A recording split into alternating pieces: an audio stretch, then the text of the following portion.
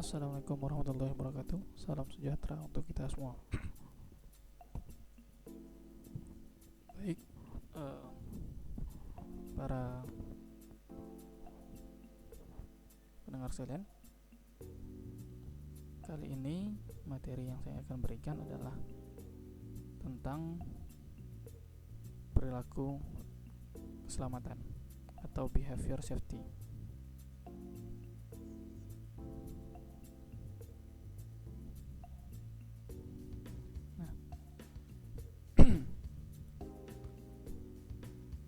Apa itu perilaku? Nah, ini kita bahas dulu tentang perilakunya. Di perilaku itu diterjemahkan dari kata atau bahasa Inggris yaitu behavior, dan kata tersebut sering digunakan dalam bahasa sehari-hari. Namun seringkali pengertian perilaku ditafsirkan secara berbeda antara satu orang dengan orang yang lainnya. Jadi dari definisi perilaku menurut Giller ya, tahun 2001, perilaku mengacu pada tingkah laku atau tindakan individu yang dapat diamati oleh orang lain. Dengan kata lain, perilaku adalah apa yang seseorang katakan atau lakukan yang merupakan hasil dari pikirannya, perasaan, atau diyakininya. Perilaku juga sering diartikan sebagai tindakan atau kegiatan yang ditampilkan seseorang dalam hubungannya dengan orang lain dan lingkungan sekitarnya, atau bagaimana manusia beradaptasi terhadap lingkungannya. Ya, seperti kita sekarang ini kan sudah mulai berubah perilaku, ya, terjadi perubahan perilaku. Yang dulunya kita biasanya nongkrong-nongkrong atau ngumpul bareng sama teman-teman, kita bisa cerita, ya, sharing. Nah, sekarang ini sejak zaman teknologi canggih udah bisa pakai chatting saja.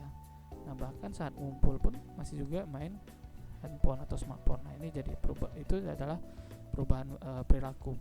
Itu salah satu perilaku. Kemudian ya, bagaimana manusia beradaptasi dengan lingkungannya. Iya, ya.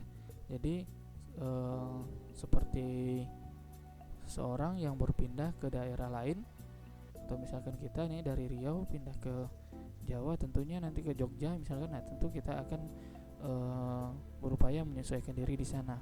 Nah, itu juga salah satu bentuk dari perilaku. Nah, ini adalah contoh-contoh perilaku. Ada yang suka selfie, ada yang suka ngerjain atau main game di laptop, ada yang mendengarkan musik. Nah, ini adalah perilaku. Nah, dari segi biologis, perilaku adalah suatu kegiatan atau aktivitas organisme makhluk hidup yang bersangkutan. Ya, jadi kalau dari segi biologis, nah ini. Kemudian dari sudut pandang biologis, semua makhluk hidup mempunyai, mulai dari tumbuh-tumbuhan, binatang sampai dengan manusia, berperilaku karena mereka mempunyai aktivitas masing-masing. Ya, jelas ya, makhluk hidup ya, seperti hewan-hewan yang seperti kambing, dia perilakunya yang cari makan, ngombe. Nah, itu salah satu perilaku.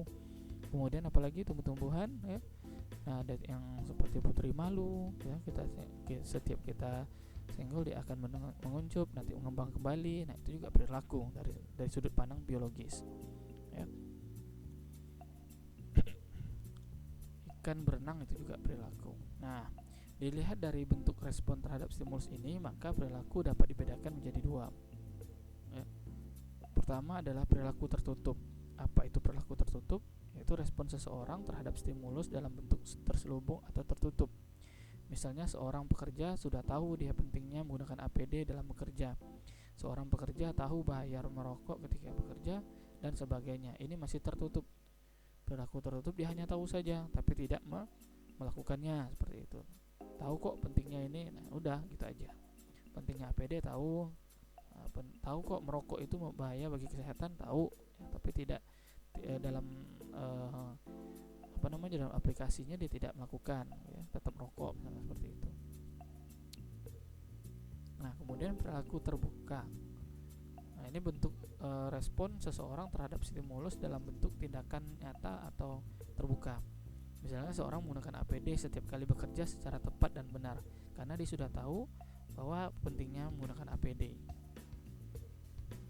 Ini kalau yang ini ya contohnya masih mikir dia. Ini adalah perilaku tertutup. Ya, masih mikir. belum mengaplikasikan. Nah, kalau ini sudah mengaplikasikan karena dia sudah pakai ya. Domain perilaku. Nah, menurut Benjamin Bloom, seorang ahli psikologis pendidikan membagi perilaku manusia itu ke dalam 3 domain. Ya, yang ini yang sering kita pelajari. Pertama adalah kognitif, diukur dari pengetahuan. Jadi cara mengukur perilaku itu pertama itu adalah dengan kognitif. Domain pertama adalah kognitif. Dari diukur dari pengetahuannya, seberapa seberapa besar pengetahuannya. Lalu kemudian afektif, diukur dari sikapnya, karena dia sudah tahu. Kemudian bagaimana sikapnya, karena nanti bisa dilihat dari sini apakah perilakunya tertutup atau terbuka. Nah, kalau sudah sikap berarti sudah terbuka. Lalu kemudian psikomotor, diukur dari tindakan dan keterampilan atau keterampilannya. Sikapnya bagaimana, dia sudah setuju atau enggak. Nah, ini juga ya, antara dua ini masih tertutup. Pengetahuan sudah tahu, atau sikapnya bagaimana, ini masih belum dia setuju atau tidak. Kemudian di keterampilan inilah baru dilihat apakah mereka itu sudah berperilaku sudah terbuka atau belum ya.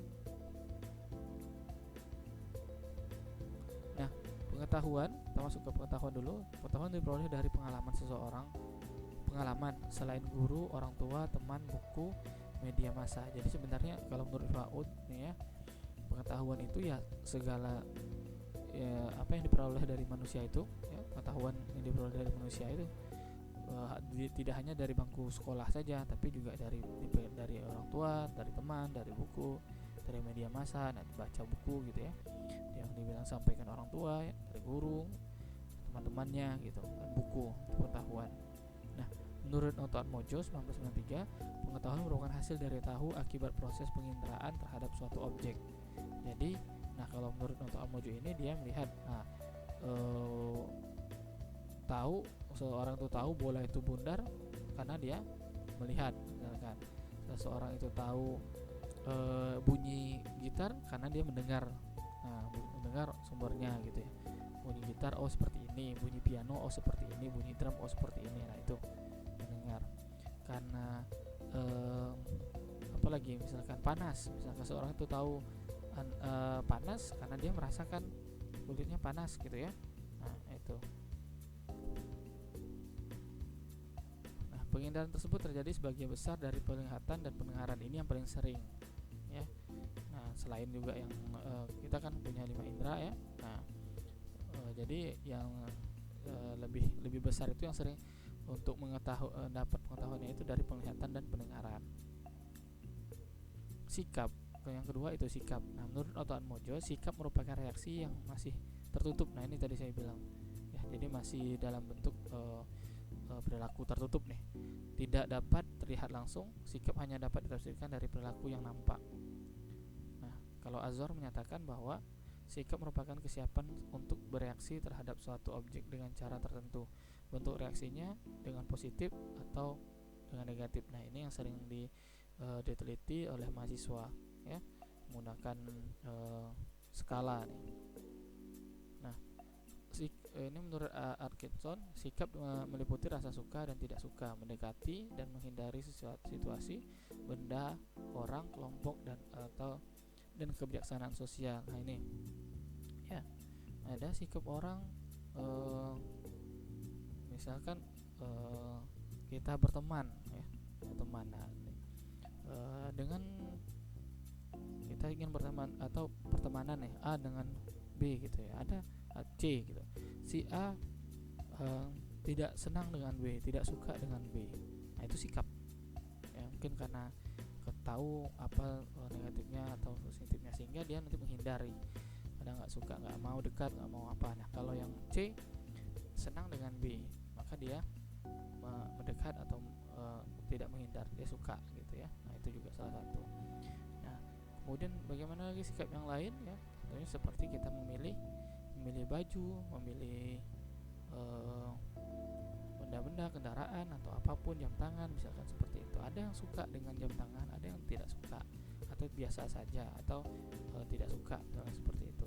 Ada yang suka dengan kendaraan, ada yang suka motor bebek, ada motor matic atau segala macam. Nah, itu adalah sikap mereka, tapi belum belum belum apa namanya belum diaplikasikan seperti itu ya.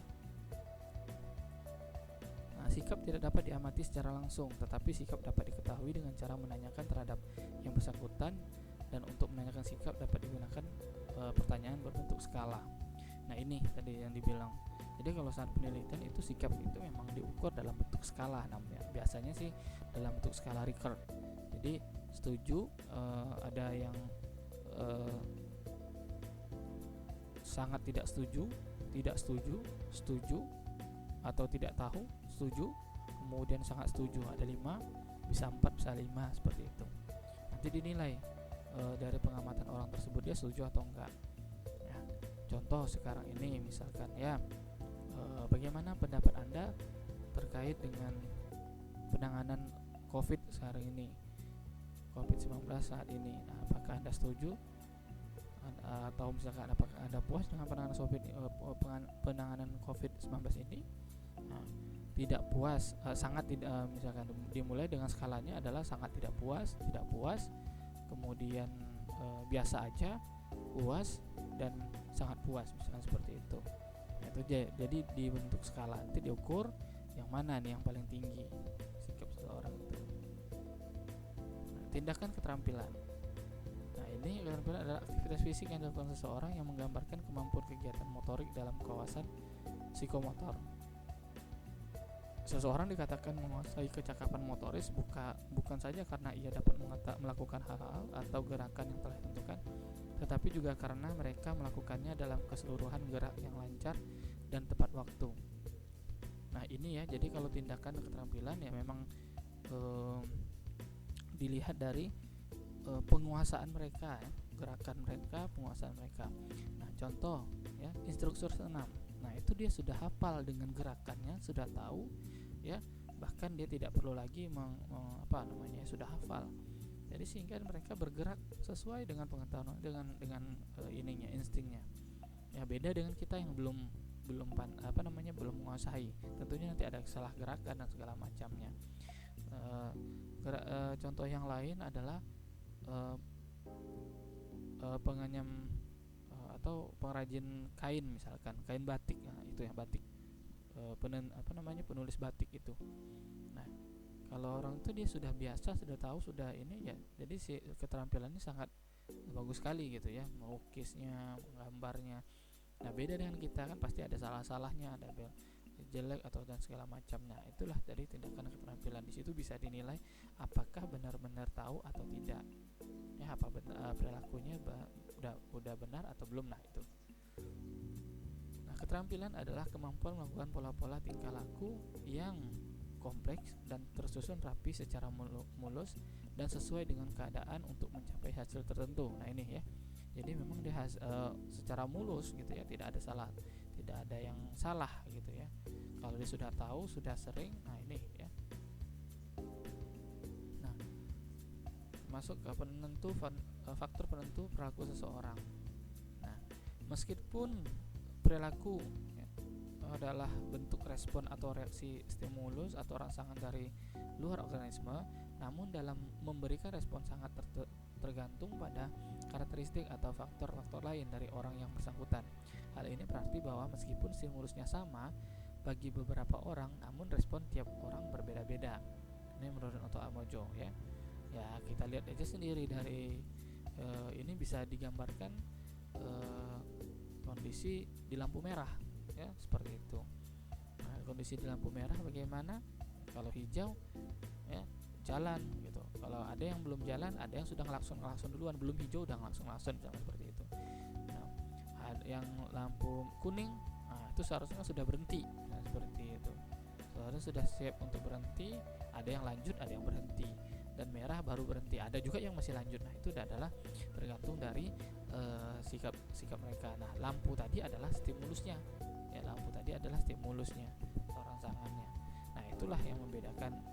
Tentunya respon orang setiap orang berbeda-beda.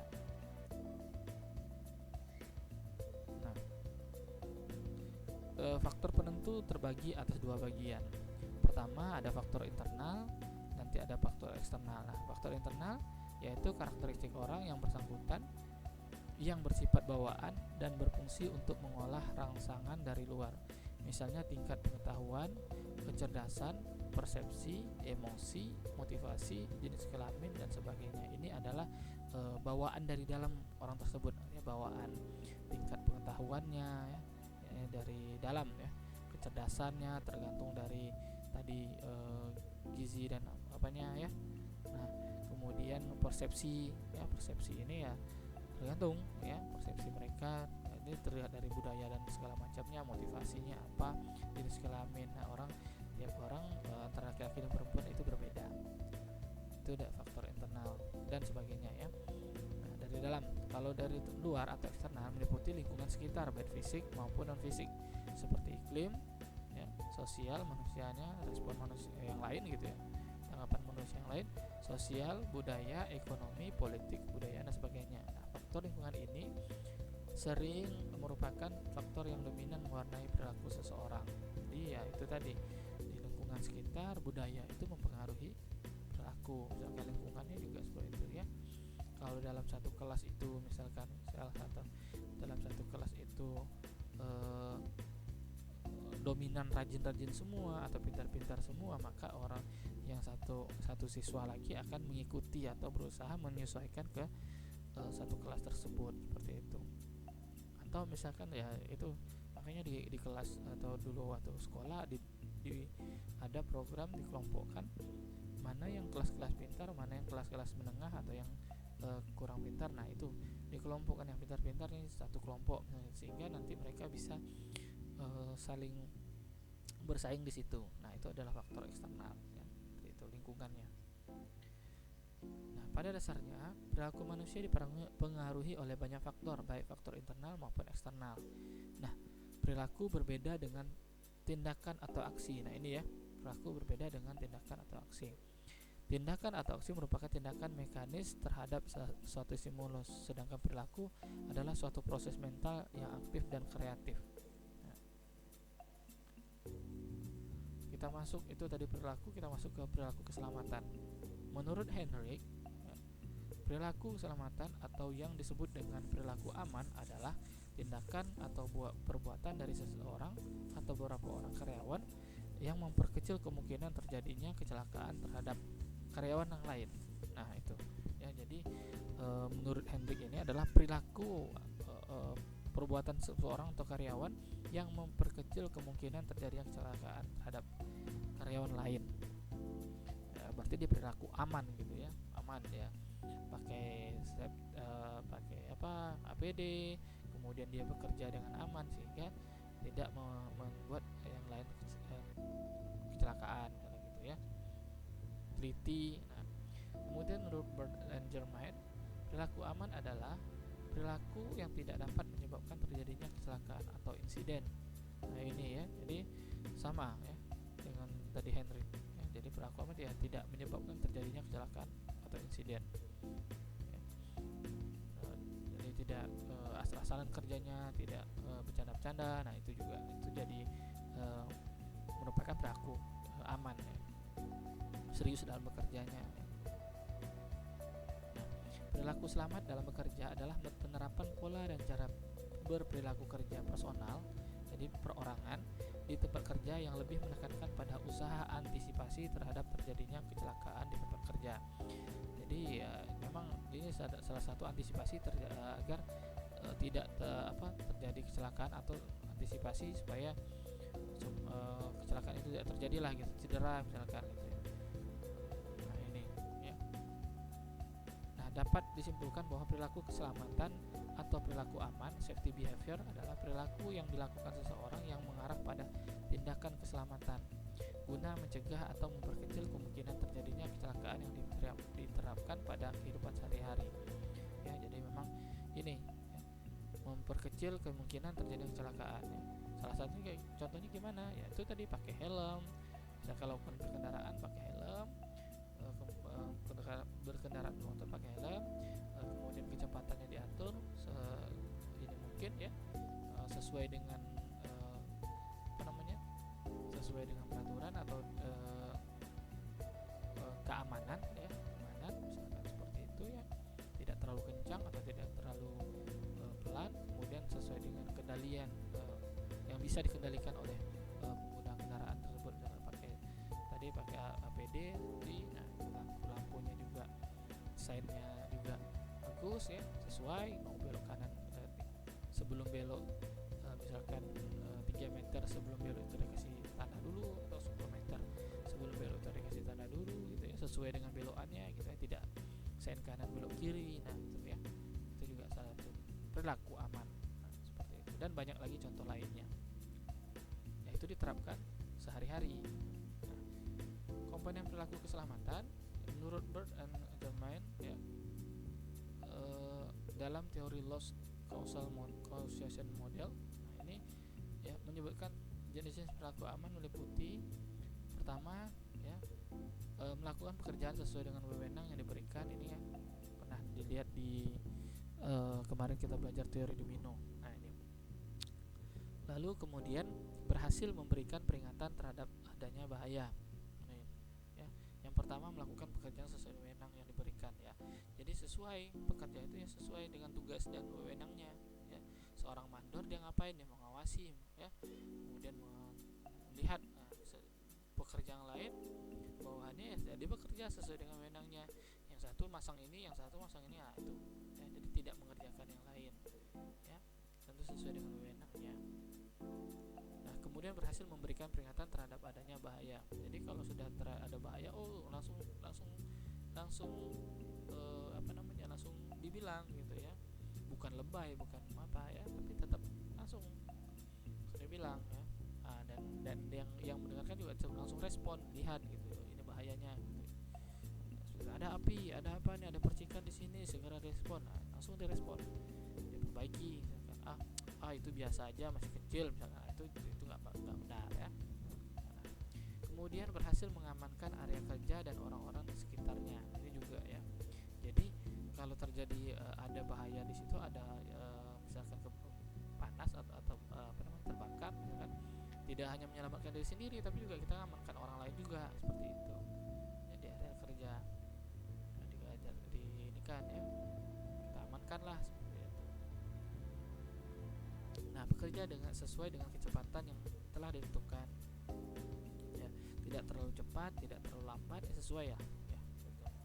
Kadang terlalu cepat jadinya asal-asalan gitu, terlalu lambat nanti jadinya produksinya menurun. Gitu. Nah, kemudian menjaga alat pengaman agar tetap berfungsi. Nah, ini juga ya, sesuaikan gunakan alat pengaman itu sesuai dengan fungsinya. Nah, seperti itu.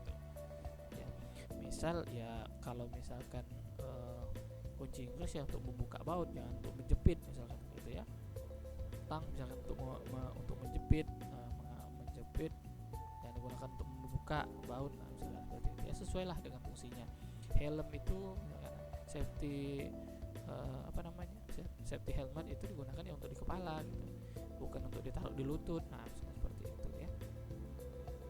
Nah, tidak menghilangkan alat pengaman keselamatan. Ini juga ya, tidak menghilangkan atau menanggalkan malah ya. Ada kan seperti itu ya. Masker seharusnya dia harus pasang misalkan. Atau tidak menghilangkan, ini ribet bikin apa, udah campai aja lah. Nah, itu juga nggak bagus. Kemudian atau yang lain contohnya misalkan alat mesin itu sudah dikasih pengaman ya, kasih pengaman, kasih batas pengaman, kasih ininya, cuman karena ribet kita buang seperti itu. Kita contoh simpelnya deh ya, spion motor sebenarnya itu kan adalah alat pengaman, alat bantu untuk melihat ke belakang, tapi karena kita mau keren-kerenan kita tanggalin. Nah, itu juga ya jadi membahayakan. Nah, ini kemudian selanjutnya menggunakan peralatan yang seharusnya. Ini tadi saya bilang sesuailah dengan ininya ya, sesuailah dengan fungsinya. Lalu menggunakan peralatan yang sesuai peralatan sesuai. Kalau misalkan ini benda ini mau diangkat, ini seharusnya udah pakai alat bantu. Nah, jangan sok-sokan tuh kita ngangkat ya, sok-sokan ngangkat karena kita kuat misalkan gitu. Nah, sesuailah dengan standarnya ya. Forklift itu misalkan, forklift itu untuk apa? Untuk mengangkat, bukan untuk ajang main-main balapan. Nah, itu ya, yang lain. Menggunakan APD dengan benar ya. Lalu pengisian alat atau mesin yang sesuai dengan aturan yang berlaku. Ini juga ya, sesuai dengan aturannya. Kemudian selanjutnya adalah penempatan material alat sesuai dengan tempat dan cara pengangkatan yang benar. Ya, itu kan biasanya ada di kotak atau di apanya itu ada kodenya. Nah itu harus sesuai. Ya. Misalkan ini ada barang pecah, nah hati-hati dalam mengangkatnya. Ini bagian atas, ini bagian bawah, jangan sampai terbalik. Ya.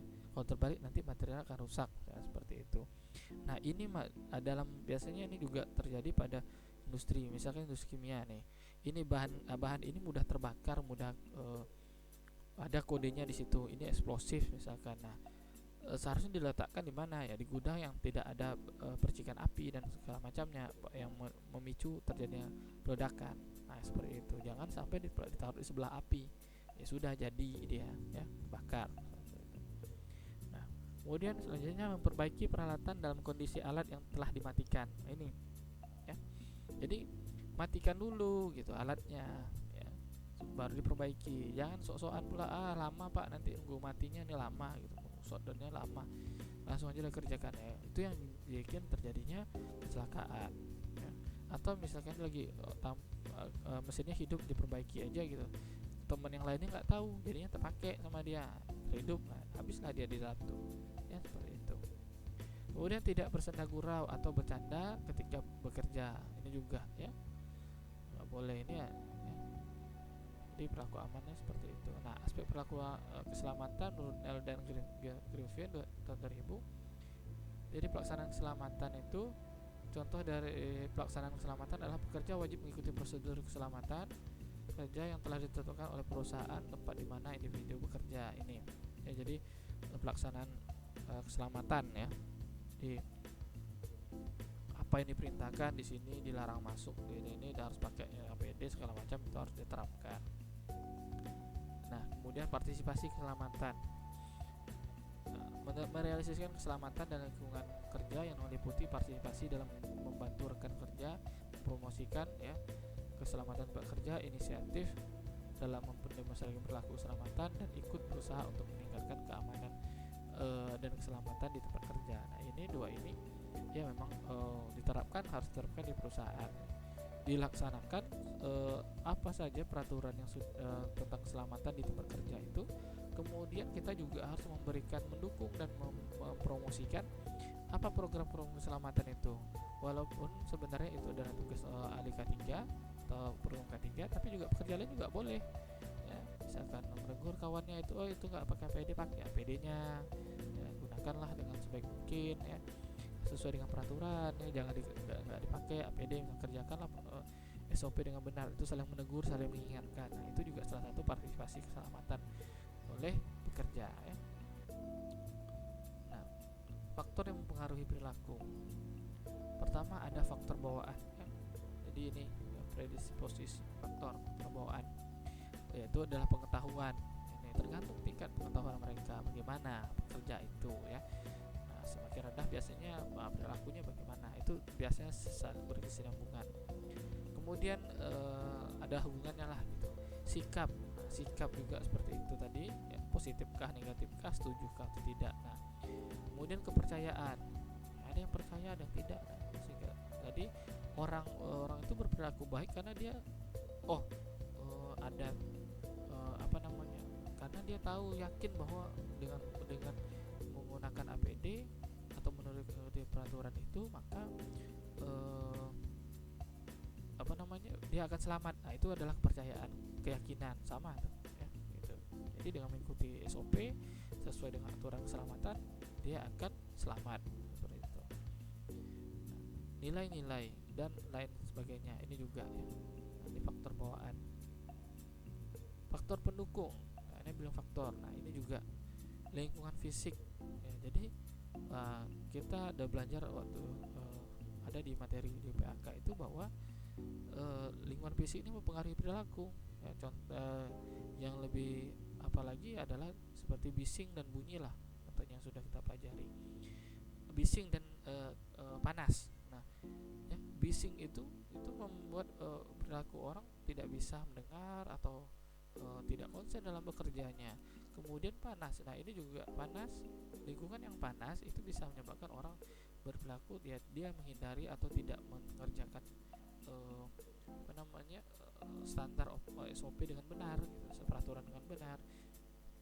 Bagaimana dia berusaha kerja secepat mungkin agar tidak terpapar panas lagi. Nah seperti itu ya, itu dari lingkungan fisik.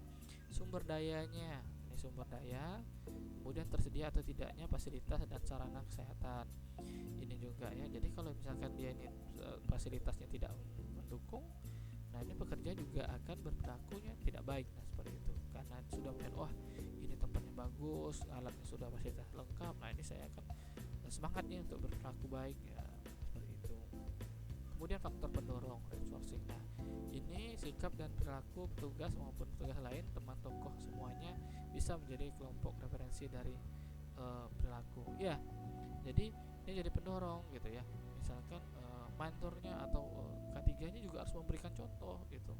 Memberikan contoh di saat ini harus pakai APD, di tempat ini harus pakai. Nah itu juga temannya juga ya.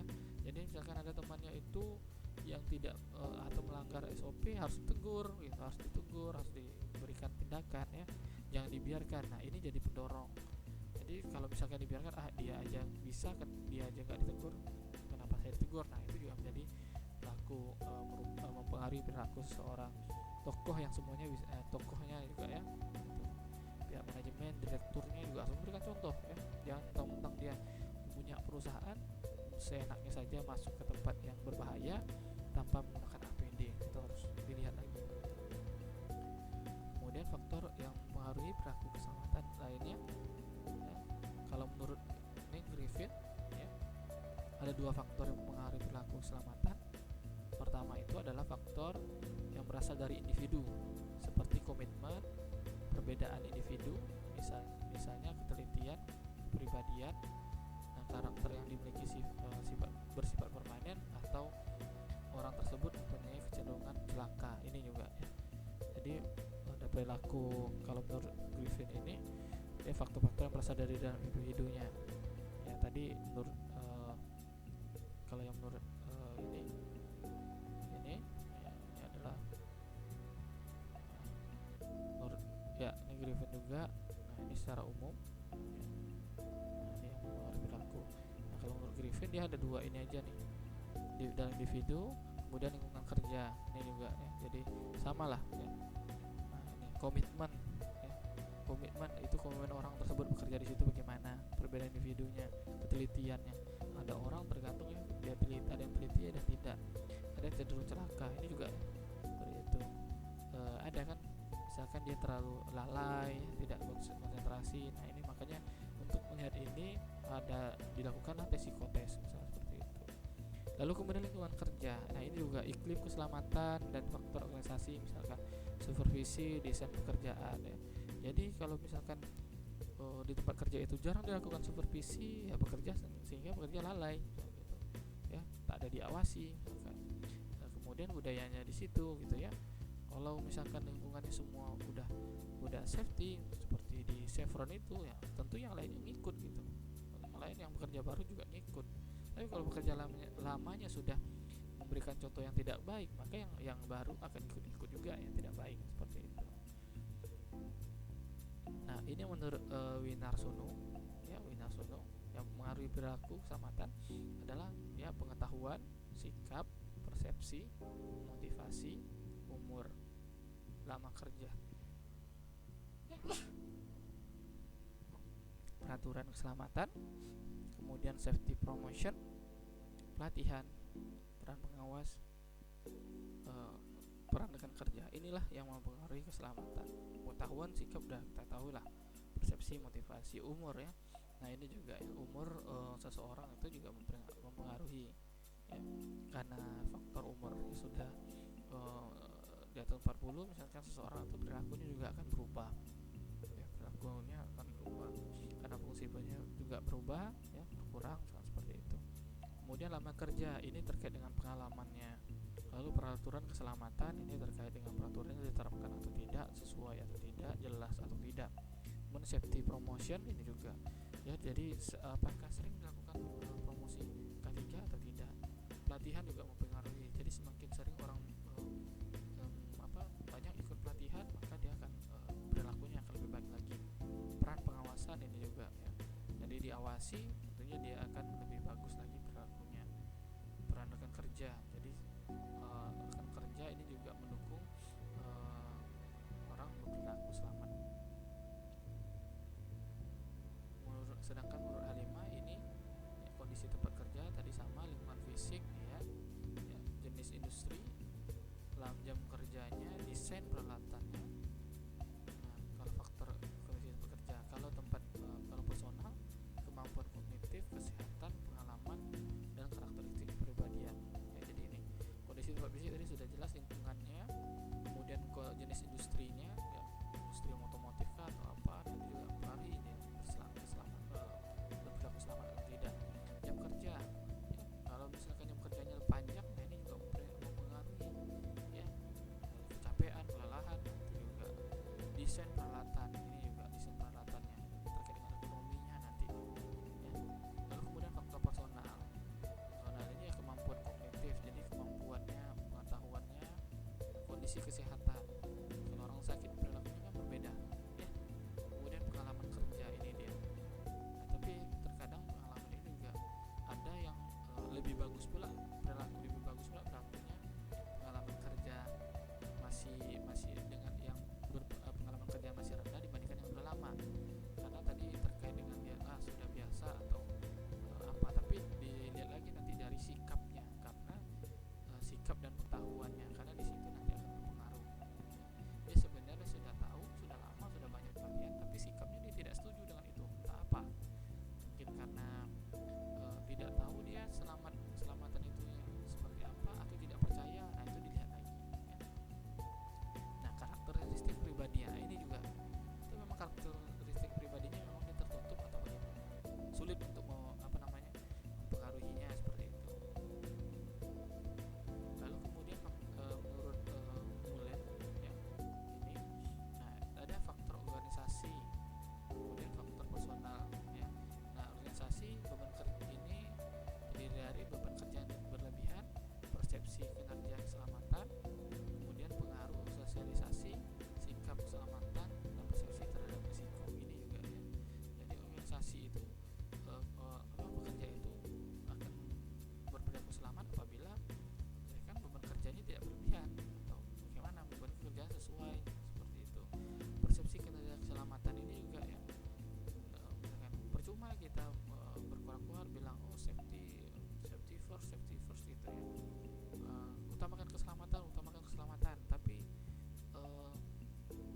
APD-nya tidak disediakan, aturannya tidak jelas, misalkan seperti itu, dan yang ngomong itu juga masih melanggar aturan. Nah, itu jadi mempengaruhi perilaku. Kemudian pengaruh sosialisasi ini juga ya. Kemudian sikap keselamatan dan persepsi terhadap risiko. Sikap keselamatan ini bagaimana, dia setuju enggak gitu. Lalu kemudian persepsi terhadap risiko ini juga ya. Jadi persepsi wah ini biasa aja, padahal mudah menyebabkan cedera, seperti itu. Risiko ini biasa aja sih, padahal sudah menyebabkan cedera. Nah, tapi mereka menganggap biasa saja. Nah, itu juga ya, mempengaruhi perilaku. Lalu faktor personal image, nah itu kesan kemampuan untuk menghindari konsekuensi negatif, misalkan diejek atau diremehkan dengan kerjanya, dan ketakutan kehilangan posisi, ini juga ya. Jadi bisa dia di lingkungan itulah gitu ya, pekerja ini sebenarnya sudah menuruti aturan APD segala macam, tapi karena temannya mengejek ya, alah takut kali ya, ini kali ya, terlalu perfect kali, terlalu ikut APD aja gitu ya, pakai APD, terlalu ikut aturan, terlalu kaku. Nah, sehingga itu merubah perilaku seseorang, akhirnya besoknya nggak pakai lagi. Nah, itu harus dilihat juga ya.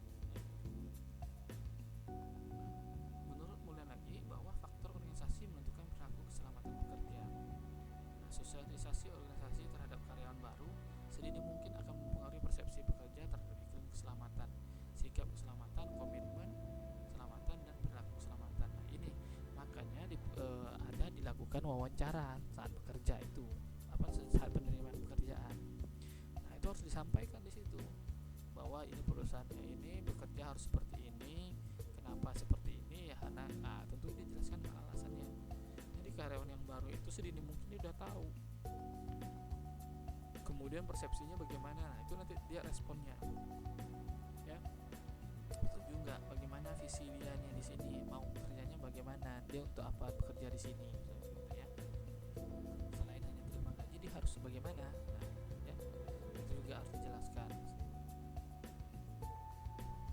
Komitmen perusahaan bagaimana, kalau melanggar seperti apa, nah itu harus dijelaskan memang, ya, sebelum mereka menandatangani kontraknya seperti itu. Nah, lalu menurut Zhou ada 4 faktor yang paling efektif meningkatkan perilaku keselamatan. Ini untuk meningkatkan, pertama adalah safety attitudes, sikap keselamatan ini. Jadi bersikaplah dia dengan sikap keselamatan, selamat ya. Kemudian employer involvement, keterlibatan karyawan. Jadi saat pelatihan, saat apa, itu harus dilibatkan karyawan, ya. Terkait dengan K3 ini harus dilibatkan mereka. Oh, kamu ini juga berkontribusi nih terhadap keselamatan yang lainnya, seperti itu. Dilibatkan P3K dan segala macamnya, ya, harus dilibatkan terkait dengan K3 ini, sehingga mereka berperilaku selamat. Kemudian safety management system dan prosedur, sistem manajemen dan prosedurnya itu harus bagus, ya, sesuai, jelas gitu ya, harus dijelaskan dengan pekerjanya dan pengetahuannya. Ini kita berikanlah pelatihan kepada pekerjanya. Lalu kemudian menurut Ranmon dan Halik melakukan studi terhadap sikap attitude manajemen terhadap keselamatan dan pencegahan dan terjadi kecelakaan. Nah, sikap yang ideal untuk manajemen adalah pertama komitmen yang tinggi. Nah, ini terkait dengan manajemen K3 nantinya, SEM K3, komitmen yang tinggi. Jadi mereka berkomitmen betul-betul, jangan hanya komitmen saja, tapi memang betul-betul dilakukan. Nah, itu disampaikan ke karyawan-karyawannya, seperti itu. Pekerja-pekerjanya harus sampaikan nih komitmennya, ya, dan betul dinyatakan gitu, ditindak nyata gitu. Kemudian kefatalan rendah, ini dilihat dari sini, ya. Jadi kalau sudah komitmennya bagus, maka kefatalannya akan rendah ini. Lalu kemudian toleransi terhadap pelanggaran yang rendah. Nah, ini, ya. Jadi toleransinya ya nggak ada toleransi, walaupun dia situ saudara atau apa, ya harus ditegakkan benar-benar. Kalau pelanggaran ya mau melanggar ya dihukum gitu. Nah, kalau emosi dan kekhawatiran tinggi, ini juga kita harus meningkatkan kekhawatiran di tempat kerja itu, bahwa memang jika ada bahaya di situ, nah tentunya harus segeralah, ya, manajemen itu harus segera melakukan pengendalian gitu, segera tindak, jangan dilama-lamain gitu ya, tunggu dulu, nanti dulu lah, segala macam. Nah, itu gak bagus.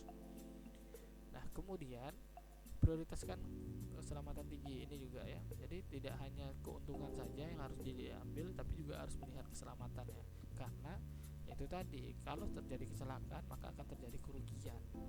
Nah, jadi makanya harus perlulah, ya, harus sering-sering, harus memang diprioritaskan keselamatannya. Lalu penguasaan dan kesadaran tinggi ini juga, ya, jadi tidak hanya karyawan tapi juga manajemen dan top manajemennya juga harus menguasai dan sadar akan pentingnya K3 tadi. Nah, karakteristik perilaku yang paling dibutuhkan untuk meningkatkan derajat keselamatan, pertama, ya, safety training dan edukasi ini.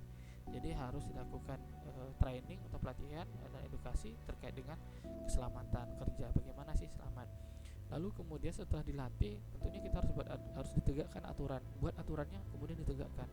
Jangan hanya tertulis saja, tapi memang betul-betul dilakukan, ya, sehingga pekerja itu betul-betul berperilaku selamat. Jadi jika ada pelanggaran, maka memang betul ditegakkan gitu ya. Ya, harus didenda ya, seperti itu.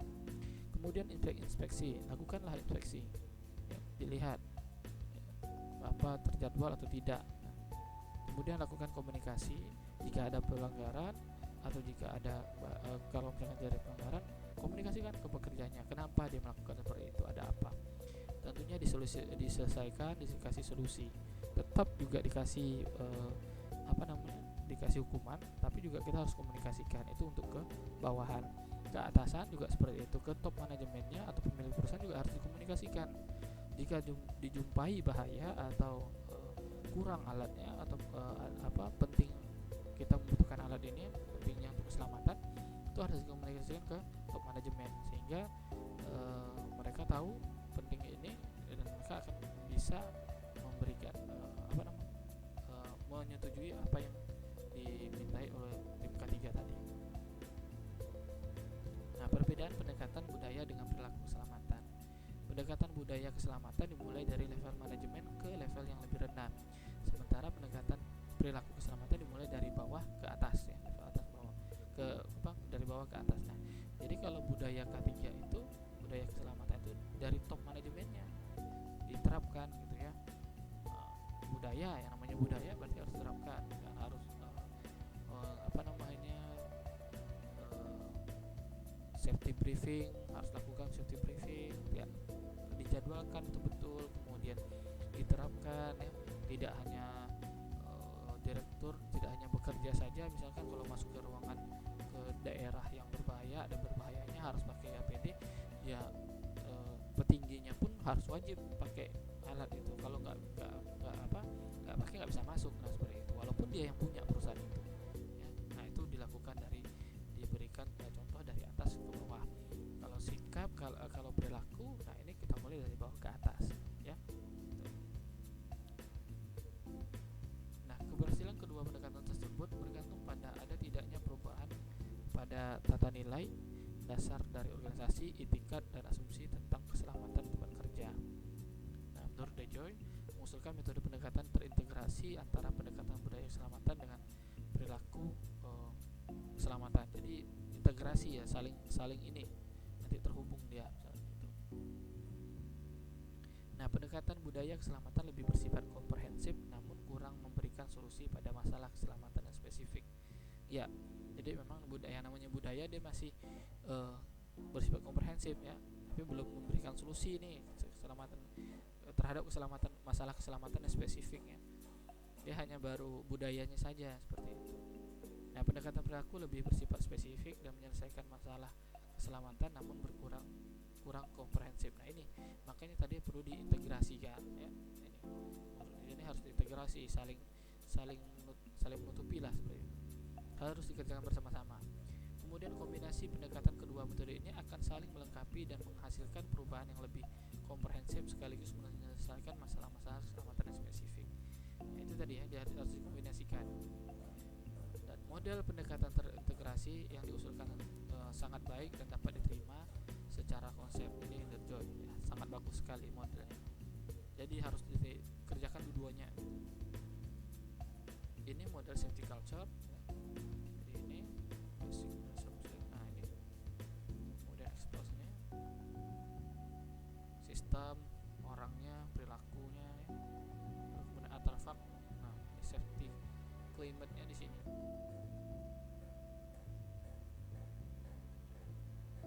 Nah,